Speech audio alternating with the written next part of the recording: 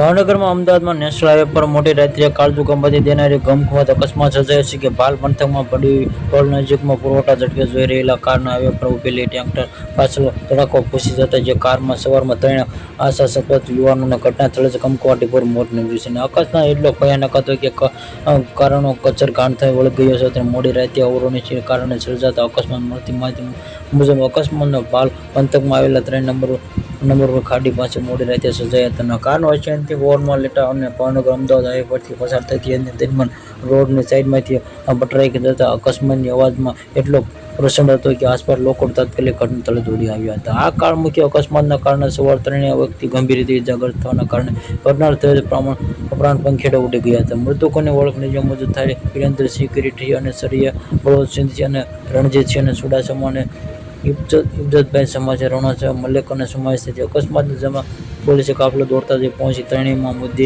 પોસ્ટમોર્ટમનો ભાવનગર મુખ્યમંત્રી હોસ્પિટલમાં આવેલા જ્યાં મૃતકો પરિજનોને તેમજ સ્થાનિક લોકોને ટોળા વળતા હોસ્પિટલ પરિજનો ઉમટી વળ્યા છે.